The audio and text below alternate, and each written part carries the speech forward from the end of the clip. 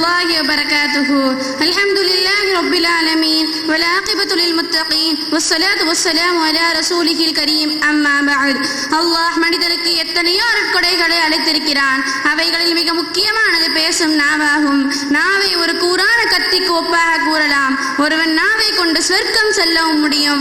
அதே நாவு ஒருவன் நரகம் செல்வதற்கு முக்கிய காரணமாக அமையலாம். ஆகவே நாவின் விஷயத்தில் நாம் கவனம் கொள்ள வேண்டும். அல்லாஹ் குர்ஆனிலே கூறுகிறான், யா அய்யுஹல்லதீன ஆமனு தகுல்லாஹ் வகூலு கௌலன் ஸதீதா. ஈமான் கொண்டவர்களே, அல்லாஹ்வை அஞ்சிக் கொள்ளுங்கள், பேசினால் நல்லதை பேசுங்கள் என்று அல்லாஹ் கூறுகிறான்.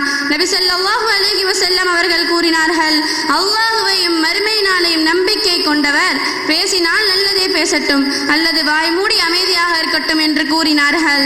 நாம் நாவினால் ஏற்படும் சில தவறுகள் நம்மை நரகத்திற்கு இழுத்து செல்கின்றன. எனவே நாம் நாவினால் ஏற்படும் தவறுகளை அறிந்து அப்படிப்பட்ட தவறுகளில் இருந்து நம்மை பாதுகாத்துக் கொள்ள வேண்டும். நாவினால் ஏற்படும் தவறுகளில் முதலாவதாக புறம் பேசுதல். அல்லாஹ் குர்ஆனில் கூறுகிறான், உங்களில் சிலரை பற்றி புறம் பேச வேண்டாம். உங்களில் எவராவது தங்களுடைய சகோதரனின் இறந்த மாமிசத்தை புசிக்க விரும்புவாரா? அதனை நீங்கள் வெறுப்பீர்கள்.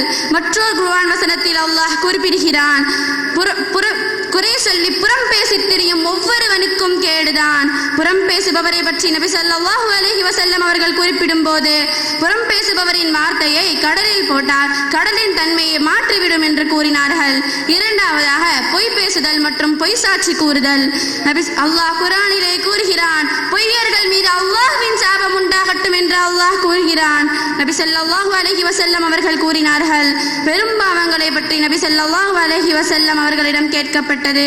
முதலாவதாக அல்லாஹ்விற்கு ஷிர்க் வைப்பது, பெற்றோர்களை நோவினை செய்வது, மூன்றாவதாக பொய் சாட்சி கூறுவது என்று கூறினார்கள்.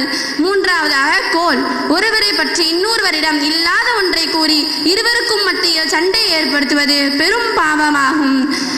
நாவின் விபரீதங்களை பற்றி அல்லாஹ் அதிகமாக எச்சரிக்கின்றான். அதில் முக்கியமான ஒன்று இட்டு கட்டுவது. சூரா நூரிலே அல்லாஹ் கூறுகிறான், கற்பொழுக்கமுள்ள பெண்கள் மீது பழி சுமத்தி அதை நிரூபிக்க 4 சாட்சிகள் கொண்டு வராதவர்களுக்கு நீங்கள் 80 சாட்டையடி வழங்குங்கள் என்று அல்லாஹ் கூறுகிறான். அவர்களின் சாட்சியத்தை ஒருபோதும் ஏற்றுக்கொள்ளாதீர்கள், அவர்கள் தான் பாவிகளாவார்கள். ஒரு பெண்ணின் மீது குற்றம் சாட்டினால் அதை 4 சாட்சிகள் கொண்டு நிரூபிக்க வேண்டும். இல்லையே அது அவதூறு வழக்காக மாறிவிடும். அவதூறுக்குரியவன் தான் கூறியது உண்மை என்று நிறுவாவிட்டால் அவன் மீது 3 முடிவுகள் அல்லாஹ் குறிப்பிடுகிறான். முதலாவதாக அவன் 80 சாட்டையடி வழங்கப்படும். இரண்டாவதாக அவனது சாட்சி ஒருபோதும் ஏற்கப்படாது. அவன் பாவியாவான். அல்லாஹ்விடமும் மக்களிடமும் நேர்மையாளனாக இருக்க மாட்டான்.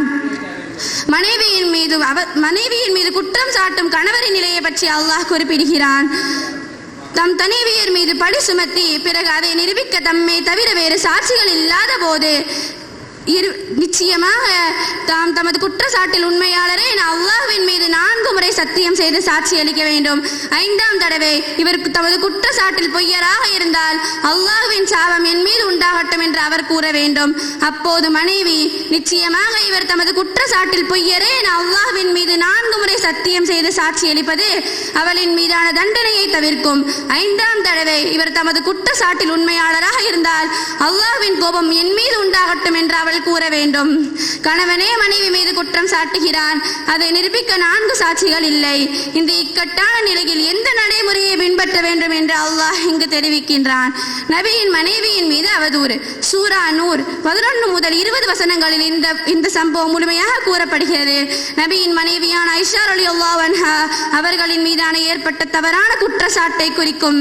நபி ஸல்லல்லாஹு அலைஹி வஸல்லம் அவர்கள் ஒரு போருக்கு சென்ற போது ஐஷா ரலியல்லாஹு அன்ஹா அவர்களையும் கூட்டி சென்றார்கள். போர் முடிந்து வரும்போது ஐஷா ரலியல்லாஹு அன்ஹா அவர்களின் மாலையை காணவில்லை. ஐஷா ரலியல்லாஹு அன்ஹா அதை தேட சென்றதால் அவர்கள் வருவதற்கு முன்பாக தவறுதலாக படை சென்று விட்டது. பின்னர் சஃப்வான் பின் முஅத்தல் படையில் விட்டு சென்ற பொருட்களை எடுப்பதற்காக வந்தபோது ஐஷா ரலியல்லாஹு அன்ஹா அவர்களை கண்டு இன்னா லில்லாஹி வ இன்னா இலைஹி ராஜிஊன் என்று கூறினார்கள். பின்னர் இருவரும் படையில் வந்து சேர்ந்ததை கண்டு நயவஞ்சகர்கள் அவதூறு பேசினார்கள். இது إذ تلقونه بألسنتكم وتقولون بأفواهكم ما ليس لكم به علم وتحسبونه هينا وهو عند الله عليم. ஒருவரிடமிருந்து ஒருவராக இப்பொய்யான அவதூற்றை நீங்கள் அறியாத விஷயத்தை உங்கள் நாவுகளால் எடுத்துக்கொண்டு நீங்கள் உங்கள் வாய்களால் கூறிக்கொண்டு திரியாதீர்கள்.